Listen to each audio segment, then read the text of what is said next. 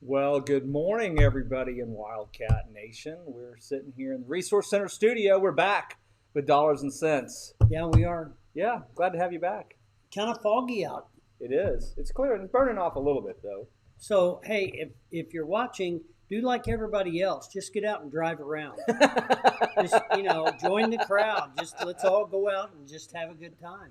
Hey, we're playing with our fancy multicam setup this morning. Yeah, I don't know where we're at. Yeah, we're right here. We're right here. All right, here we are. Put it right dead center there where we can talk to people again.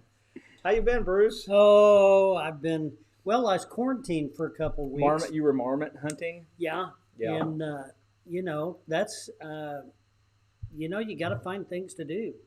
Yeah, I guess that's true. But one of my sons had COVID, and I wasn't exposed to him very long, but I was exposed to him. So being fair to you, I didn't want you to get it from me. Well, I appreciate that because I had to do the same thing, So you get a lot of honeydews done and things like that. Well, that's true enough, I suppose. Yeah, but I wouldn't want to be quarantined more. Well, I hear that. Twice. Yep. Yeah. Well, there goes the landlord. Just walked Yeah. in. So anyway, other than that, everything's been good. It's been busy. Everybody's getting ready for Thanksgiving. We've got a few coming over to our house, but we're being careful this year and all of that, which I think everybody should be careful. I don't think it should be like California. Well, no. I mean, here's my position on all this, and I'll just throw it out there. I think you should wear a mask in public. I think you should do that. Because it's a nice thing to do for other people, even if it just makes other people feel more comfortable. Yeah. But I do not agree with forcing anyone to do something they don't want to do. I'm a huge advocate. I mean, if you believe we should wear masks, if you're a healthcare professional, you think masks should be worn, I want you talking about it. I want you telling people what you think. I want you encouraging people to do what you think they should do to keep people safe. And I want you to speak about that boldly and often and convincingly, but I do not want you or anybody else forcing your opinion about what their behavior should be about anybody else. I just don't believe in that. Kind of like politics. It's a little bit like politics. Yeah. I'm not a socialist. Yeah. Well, that's why we get along so well. Yeah, I agree. It's kind of amazing to me that, the first couple of months, remember how much of a pain in the rear it was to grab a mask? And it's like, this is so ridiculous and all that. And, now it's just second nature. It kind of is. You just grab your mask when you go in somewhere. I do it without even thinking now. Well, I still forget. And I forget. And and then I'm like that GIF walking back to the truck. Yeah. Trying to get my mask. But, I do. I walk back. I get my mask because I'm trying to be respectful for everybody else. But it's like anything else in the world. I think this too shall pass. I think that things are going to always, now that the politicians have realized that they can make a big deal out of something that proportionately. Right. It's not like the swine flu, and we never heard anything about that. I was eating barbecue sandwich when I heard about swine flu, and thinking, gosh, should I eat pork? Yeah, I don't know. But I don't know. I think this will pass, and it'll be a memory, and Well, I think everyone was perfectly happy to wear a mask when people were suggesting and encouraging people to wear a mask. I think people became resistant to wear masks when people said you must. Yeah. And I think that's just an American trait, and I think that we'd all be wiser to strongly encourage rather than be heavy-handed about it. But that's not why you came today, Bruce. You didn't want to talk about this today. That's true. That's only. Hey, we've only got 3 or 4 hours. So Right. Yeah. Well, we've only spent 4 minutes so far. Patriots, we like to kind of think for ourselves. That's true. It goes all the way back to tea. My microphone fell off there for a second. Yep. And you, so we started a Revolutionary War over taxation. On a tea. And do you know how much that tax was? It wasn't much. It was 1%, I think. Yeah. And what do we pay now? 30, 40, 50%? I don't know. We just cough it up. I just get up and live. Here's a good thing my dad always told me. Son, you can't worry about stuff you can't control. That's true. And you know what? One thing you can't control right now? Politicians, the government, taxes, all that stuff that we're all losing sleep over. You can't control any of it, right? Nope. You can vote however, Yep. and the other side's going to figure out how to buy the voting machines or be a stockholder in the voting machines. You know what you can do? Manipulate them, right? You know what you can do? What? You can buy ammo. I will. Yeah. So, you can't worry about what you can't control. So, we're pretty sheltered here in the Midwest. And you know what? We just take care of our neighbors, take care of ourselves, take care of our neighbors. I think that's how we got to live our life around here. And I think that'll get the job done. And throw up some walls down the road, maybe. If we have to. Yeah. Okay, what did you want to talk about, though? We got way off on that Oh, tangent. boy, didn't we? Yeah. That's kind of fun, though. It's foggy. It's Monday. Is this Monday? It is Monday. It's Monday morning. Monday morning. Yeah, so we kind of get to ramble a little bit. I've already written You know one what? trust today. Huh? I've already written one trust today. Wow. Go ahead. Yeah, he's been working since daylight. So, all right. So I've been getting a lot of questions, and I usually do this time of year. Everybody starts thinking about money because what are we doing? We're spending money. Thanksgiving's coming up, and everybody's thinking, okay, what's going to happen on Black Friday? Everybody's watching for the ads, watching for the deals, watching this and that, and everybody's thinking about money. And I was standing in line the other day at a store, and I heard a conversation between a mother and her children. It's like, we're going to cut back this year. Now you guys know this, that, and I'm sure that's going to be a topic of conversation this year. Is everybody's going to have to cut back because of money, right? Right. Money is a big deal. Money kind of drives. It's the fuel that drives our truck, so to speak, for the family. So, when young families are starting out, the mistakes that young families make are pretty obvious to those that have been around for a while. And we're watching, maybe a new married couple get started, and they've got these hopes and dreams. And you know what? We should still have those because it's America, right? America. Indeed. So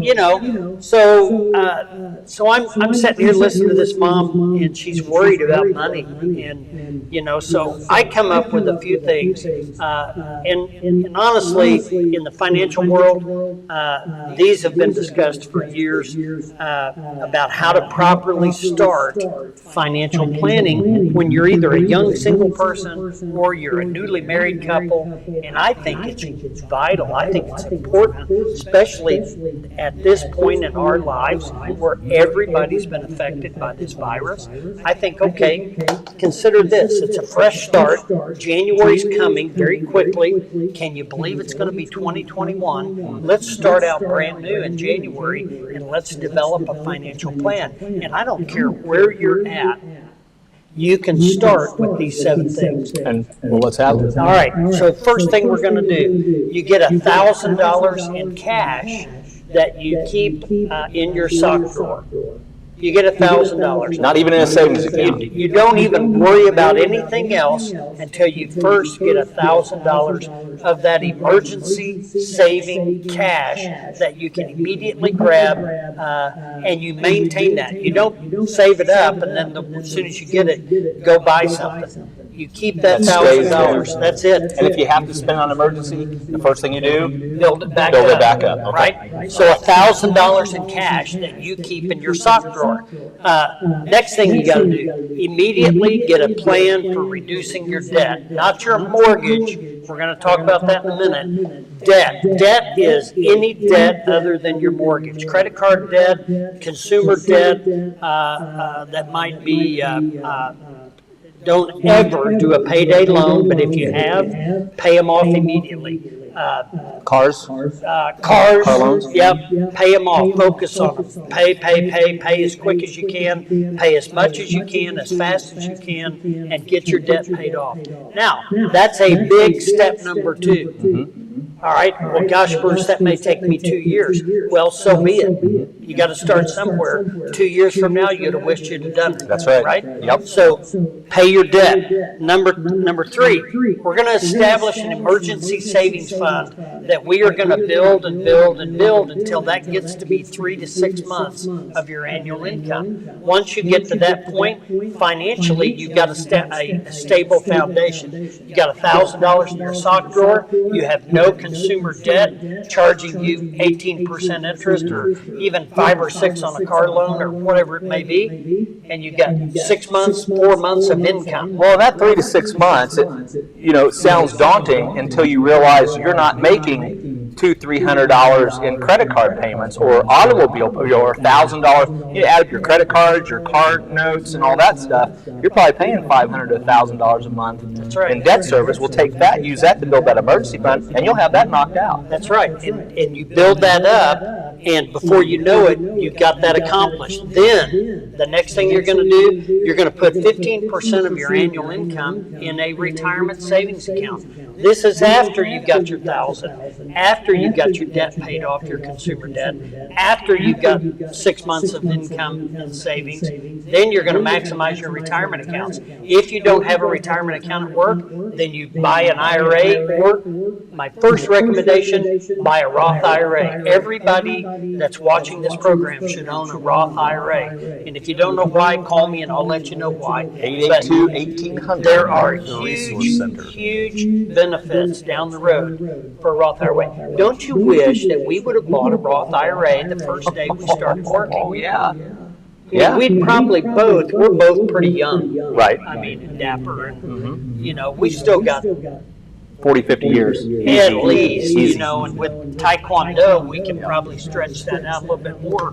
But had we bought a Roth IRA, let's say when we were 25, golly, we'd have a whole lot of money in that Roth IRA today, and you know what? Every dime of that would be tax-free. And if something happened to us, every dime of that would be tax-free for our family. And it doesn't matter how much Biden increases the tax burden. That's a tax-free benefit forever. So, So again, 15% in retirement savings. Then we're going to establish what I like to refer to as a family savings account.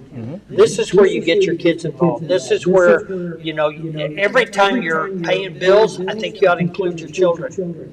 Let them know how hard it is to pay that debt back. Let them know how you're having to sacrifice other things so that maybe the next generation won't do the same thing we did, right? I've let my kids sit and watch me pay bills, and it's like, Dad, why are we having to pay all this money? Well, because you had to have that. That sneakers, that jacket, yeah. That's right. And so let your family get involved, and when you establish a family savings account, you'd be surprised how quickly your kids want to get involved and helping you think forward about, hey, let's save. Well, do we need to buy that? Well, maybe not. Now you're teaching your kids about money. That's great advice. I didn't do that, but I wished I would have. Right? So you gotta think through this. Then now we're down to number 6.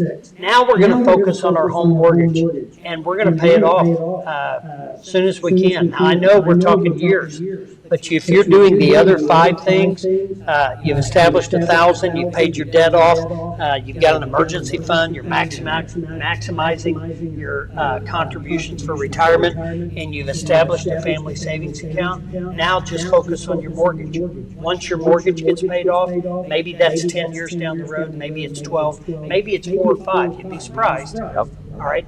Once you get your mortgage done, then you just go back to the beginning and you redo everything. Instead of doing it just for the family, now you do the same $1,000 savings for each person in the family. Then you do focus on debt reduction. If anyone in the family's got debt, you pay that debt off. Then you establish 3 to 6 months of income. Even if it's for your daughter working part-time while you're going to school, she should have 3 to 6 months of her income she's making in cash. And you have the ability to do that. Lessons. You can do that. Now you can do that because you've done it. You've blood, sweat, and tears, right? Right. And we've lived through it, and now we're moving on down the road. And financially, you're not like your neighbors. You're not like the Joneses. Don't ever pattern yourself by the Joneses, so to speak, right? Right. Because they're broke. They're in debt. The average savings account in the United States is a negative number because we have more consumer debt than we have savings. So don't pattern yourself by anybody else. Establish your own foundation and build it from there. Good advice, Bruce. Sounds good, I think. If you have any questions, feel free to hit us up here at K-ROG or give us a call at the Resource Center, 882-1800. We'll be back next week. Thanks, Bruce. See you, bye. Investment advisory services offered only by duly registered individuals through AE Wealth Management, LLC. AE Wealth Management and the Resource Center, Inc. are not affiliated companies. Investing involves risk, including the potential loss of principal. Any references to protection, safety, or lifetime income generally refer to fixed insurance products, never securities or investments. Insurance guarantees are backed by the financial strength and claims-paying abilities of the issuing carrier. This podcast is intended for informational purposes only. It is not intended to be used as the sole basis for financial decisions, nor should it be construed as advice designed to meet a particular need of an individual situation. The Resource Center, Inc. is not permitted to offer, and no statement made during this podcast shall constitute tax or legal advice. Our firm is not affiliated with or endorsed by the U.S. government or any governmental agency. The information and opinions contained herein, provided by third parties, have been obtained from sources believed to be reliable, but accuracy and completeness cannot be guaranteed by the Resource Center, Inc. This podcast is a paid placement.